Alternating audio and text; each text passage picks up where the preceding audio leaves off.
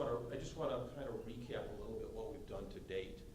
And what we've done to date is came out to the neighborhood in September, did a listening session. We presented the preliminary concept here in November.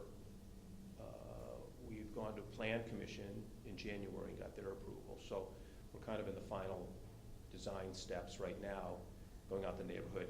When we kind of finalize this, then we're getting our permits and we're kind of moving on to construction. So tonight we're going to talk about the design concept. We're going to go into a little bit more detail on the playground equipment and layout, the features of the playground equipment, and then the schedule. So pretty straightforward. So here's our design concept, if you can see that pretty clearly. And what we've done here is basically kind of the similar thing to what you saw at the preliminary concept. The only thing we've done is really kind of adjusted these shapes to fit in the playground equipment. So we're expanding a small area to the north, and we're expanding a little bit larger area to the south. The area to the south has the playground structure, the 5 to 12 playground structure, and a tire swing and individual play pieces. The area to the north has the belt swings, and these are all things that came out of the listening session. And I think we talked about this too at the previous presentation, is we are really tight. We've got utility easements here, here, here, and a building setback here. So we are literally, and I'll show this in more detail on the next slide, we are literally kind of jammed in that open area right there, which is a good thing. I mean, we don't need a whole lot more area than that, but we've managed to miss all the easements and also conform with the building setback. Same as the preliminary, we have a trellis structure here. That was the same thing we showed at the preliminary. It's an open air trellis structure. And one of the cool things is that this becomes almost like a focal point looking down Manchester. And then also, as you come down Nancy Lane, the playground, you'll see this open air structure. And it's fairly small. It's a 10 by 10, and I'll show you. We showed it at the preliminary. I've got another picture of it here. It's the same thing. So let's move on to the enlargement of the playground space itself. This is really hard to see. And so you can see, and I showed something very similar to this in the preliminary design concept. You can see on this one, we've got the 5 to 12 structure there, the tire swing here, the existing 2 to 5 structures here, the existing tot swings here, and then new belt swings up here, and then an individual play piece, and I'll show this again in more detail right there. And then the other thing we did, and this was, I think, came directly from one of your suggestions, is we placed the benches around the playground as opposed to concentrating them right up in front. So you can see a bench here, and a bench there, and the benches are all within the playground area. So on this slide, you can see, it's a little bit difficult here, but you can see the outline of the safety zones for the play equipment. So we've really jammed the play equipment within this space, and then the benches are just outside of that safety zone. So we're not taking up any space that we may need for play equipment, but we've also now not had to pour a separate concrete pad and take up additional area for the benches because they fit right into this space. So I thought that was a real good suggestion, and it works really nice with this plan. I also wanted to show on this slide again, we showed this at the preliminary.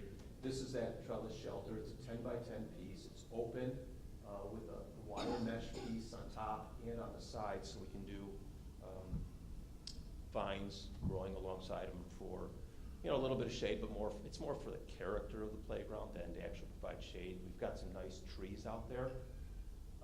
The other thing on this too is it's fairly small. It's 10 by 10. You can fit maybe 3 picnic tables underneath there, but one of the things we want to do is use that more for picnic tables move the benches outside to the playground area so that, you know, the caregivers or the kids even, when they're coming out to the playground, they're sitting, you know, around where the kids are playing. So you can kind of see that in this slide. The other thing we did differently, and you'll see that in the next slide when I show the playground equipment, is we worked with the rep, and this is the playground equipment that the group at the preliminary presentation selected. It looks a little bit different because we changed the colors up to match with the existing, and we readjusted it. For one was to relocate the transfer platform, which is right here, closer to, you know, where you'd access the playground, and then also keep the slides so they're not oriented south. So you'll see the slide. So they're not, two of them are oriented southeast and southwest, but they're plastic, and one of them is a spiral slide, which no matter which way where you put it, you're gonna, at some point it's gonna be south. So that's kind of how this lays out. The only additional area of concrete we've added is up here. Currently the walk-ups, this configuration is as it is. So we've just added this little piece to kind of cover the trellis structure. And then the rest of this is just new curbing. The safety surface itself will be exactly the same as what we have out there. Before I show the playground equipment, I want to just mention two things about the playground equipment. And I think when you selected the original one, there's a couple things on this playground that I think are unique. There's Alex's lemonade stand, if you recall. And what that is, it's a panel that says Alex's lemonade stand. And it actually means that for every play structure that we purchase, or anybody purchases, that has that component and is over, I believe, $15,000, the company donates $100 to Alex's lemonade stand, which is for childhood cancer. So that's a real nice feature. And then the other thing, this play. We're over the $15,000. What? I think we're over that. Yeah, we're over that. Yeah. And that's kind of why they include it in this design, is because I don't know if they do that for every design, but I think the ones they design in-house to start off, they'll include it because just to let us know or let the neighborhood know. The other thing, this playground equipment, it has something called Biva, which is, I just learned about recently too, and that's it's a app that you can put on your smartphone that allows the parent or the caregiver or child to kind of have a structured play at the playground, and it's built on what they call 90-10, 90% activity, 10% screen time. And I'm not real clear on this yet because I don't have the app, but it basically allows the kids or the parents to kind of see different play opportunities at the playground. So it might say, you know, pretend you're climbing, you know, this climbing piece to get to the top of the mountain. Once you get to the top of the mountain, you know, so it'll make kind of adventure play out of the play structure. And there's other things where you can pretend like you're digging for dinosaurs, or so it's pretty cool. If you want more information, you can go. I think it's biba.com, and then there's also they provide signage for that. And it's a free app. It's totally voluntary. It's not as if you know, when you walk into the playground, you're automatically located there. So it's kind of cool though, because it does give you like play opportunities, and it really is working towards getting kids off of the screen time and making active time, but it recognizes that, hey, you know, everybody brings their smartphone to the playground. Okay, let's talk a little bit about the playground itself. And I'll go into as much detail as you like on this. And then I also have a board over there too. You can look at it more closely. But this is the playground, and the difference here is that from what you've seen is primarily the color changes. If you go back and look at what we have, you can see you can see the white posts, the red beams, tan panels, tan slides. So the one that we provided, we basically asked them to kind of follow that same color scheme, which they've done. So this is the playground. It really is focused on slides, climbing, and imaginary play. And I didn't really go over this in a whole lot of detail at the preliminary because we were looking at, I think, 6 different playgrounds at that time. So this one has 15 different distinct play elements on the playground. Slides, so you have the spiral slide I was talking about. You have a roller slide, and you have a wave slide. So you have 3 different slides here, and they come off of different height decks from 4 feet in height to 8 feet in height. The tallest deck on this one is 8 feet high. So we've got 3 distinct slides, and then climbing pieces. We've got a lot of separate climbing pieces that all follow that fun rock theme that they named this structure as. So let me just tell you what they are, and I'll try to point them out here, and then you can also look at the board a little bit closer. There is a lumberjack climb, which is this piece right here, which is a panel that has logs, and it's all polyethylene or plastic, but it has like log sections coming out so the kids can climb up the logs onto the deck. There's a tree climber. This piece right here, which is really cool. It's a tree that's got these boards as part of it. And you climb up the boards, up the trunk of the tree, and then at some point you have to get off the boards and climb out on this little branch, and then you can access the deck that way. So that's the tree climber. It's got the fun rock climber, which is this artificial rock piece. And you can see how a lot of this can work into that biba, is, like an adventure playground. So it's got the fun rock piece, which is this piece right here. The rock challenge wall, which is this piece, are these panels that you can kind of get your footing on and get up to the higher deck, the 8-foot high deck.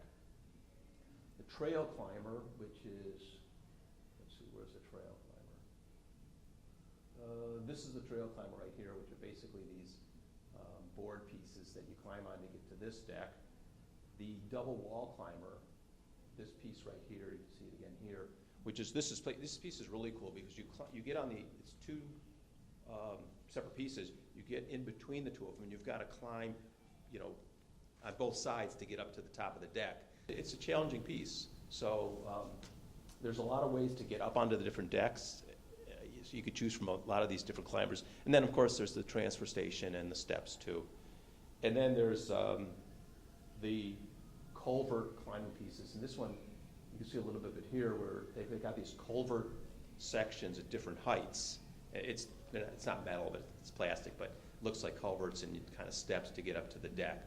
So a lot of different climbing pieces to get up to the different decks, which I think is really cool. We don't have a lot of playgrounds that have this many type of climbing features to get onto the play equipment. And this one really, I think, fits really well with the theme of the neighborhood.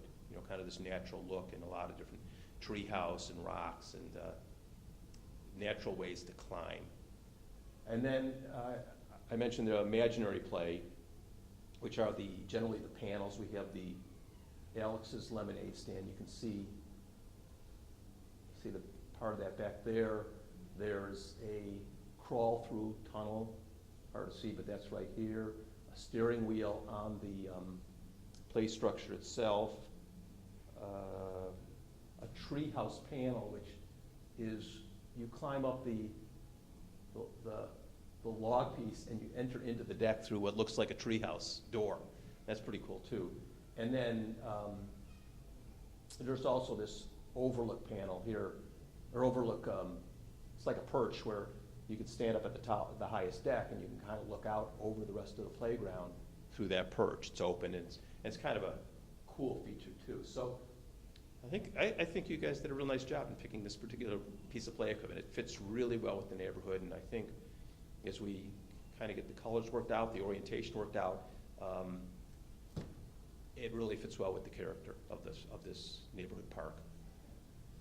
And then in addition to the play structure itself, we have the tire swing, the stand and spin, which on this slide is shown here, but it's actually over in this location.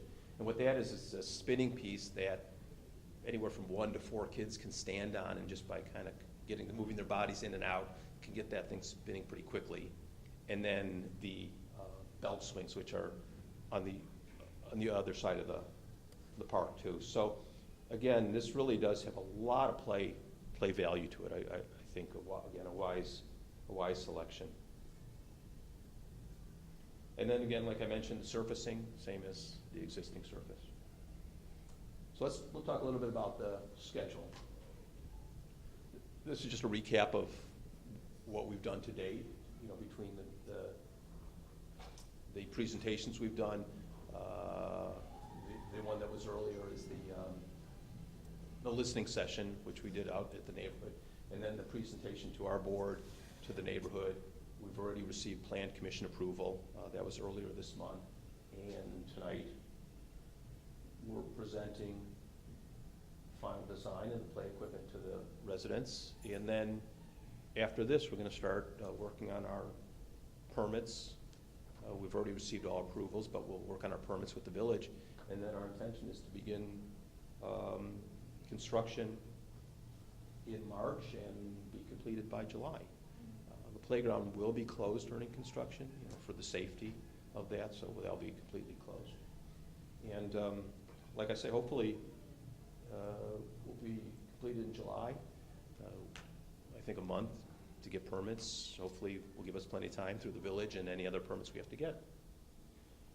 So we presented really kind of everything, up to date on that, and our next step, like I say, is construction. And if you have any questions, I'd be happy to answer them now. Any thoughts later, feel free to contact me. I do have a couple questions. Sure. One, are you able to work around the existing trees that are there? Are there going to be minimal trimming to fit the playground equipment within the trees that are already there, being that they are mature trees in the neighborhood? Yes, we are going to work within all of the existing trees, and I think kind of show them on this slide a little bit. The major tree is this one right here. Sure. And to me, that's really integral to the whole design, and that's one of the reasons why we kind of bumped out that space. Mm-hmm. So we have that tree. The trees along the back here are in the easement or on the other side of the easement. We'll protect those. The ones in the parkway we'll protect. And then there's some nice trees up here too, which are more of a clump type trees, and we'll protect those as well. Yeah. In terms of maintenance and upkeep of the equipment, does anything need to be maintained on a regular basis or painted or? Of the existing or? Of the new stuff. I mean, you're putting in new equipment. Does it need to be painted on any sort of basis or replaced? We only replace, we inspect. We are out at our parks inspecting all the time. We would only replace if something was broken, which typically doesn't happen. But we would be maintaining this park on a regular basis. If any neighbors saw anything that needed taken care of, even any debris, anything, we would be out directly to take care of that. And life expectancy of this equipment is how long? Typically, it's like 15 years we got a replacement. And in fact, the existing piece is scheduled 4 years from now. We're going to come back in and kind of do this process again to replace the 5 to 12, the 2 to 5 piece. Yeah. Okay. And one last question, two questions I think. The trellis that you're going to bring in, is that going to be in similar fashion to what's out at Heritage? In that fashion, design, concept type, or is it just going to be a simple trellis? It's a fairly simple trellis. It's not. It's a catalog piece. Really, the ornamentation to it will be the plantings and this kind of mesh idea. They show it on this one, but the trellis itself doesn't come with that, so that's something we would be adding to it. I know there's a cover structure in Heritage. Yeah. It's going to be in the same fashion or style as what's in Heritage. No, that one's pretty elaborate. The construction method on that. This one is much simpler. And, you know, for this particular park, it's really appropriate to have something much lighter and open. And then one last question I had at the previous meeting, is there going to be any water fountain accessibility? No, we are not adding, and I know you had mentioned that, we talked about that, the water main running right through here, but we're not going to be adding a water fountain to this playground. Okay. We you know, encourage people to bring, you know, water bottles. Okay. We will be adding, I think the one amenity that we don't have now, we would be adding are the dog waste dispenser. Oh, the bags? The bags, yeah. I know there's garbage and recyclable. Right. There's no dog waste, so we'll be adding that. Okay. That's about all I have. Yeah, what do you think? That looks really good. Yeah, I think it turned out really, really nice, and I think that selection was a good selection. And working with the rep, I think we have a really nice piece going in there. There's several pieces, I guess. We have more than just the main structure. And the bell swings come in the wintertime? They don't leave them out year round, do they? We bring the belt swings. No, we leave them out year round. Oh, really? Yeah, Okay. yeah. I want to show the plastic that survive the cold. It does. These things are pretty. The materials now are a lot more. It's more of a flexible plastic than the really hard molded plastic that tends to crack. Good, great. Well, thank you very much. You have my number again if you have any questions or comments, and we'll keep the neighborhood residents informed of our progress and you know, when the park is completed. Posting timetable, yeah. Posting, schedules, and then when the playground and park is completed, I'm certain we'll have a ribbon cutting ceremony, and we'll invite all the neighbors to that as well. Well, thank you very much for viewing our presentation of Meadowbrook Park, the final design concept and the playground design as well. We went over several items today: the schedule, the site design concept, the playground design. We think we have a wonderful park at Meadowbrook Park, and we look forward to building it for you. Should you have any questions, my name is Larry Raffles, Superintendent of Planning at the Wheeling Park District, and my contact information is on the screen. Again, thank you so much for being with us.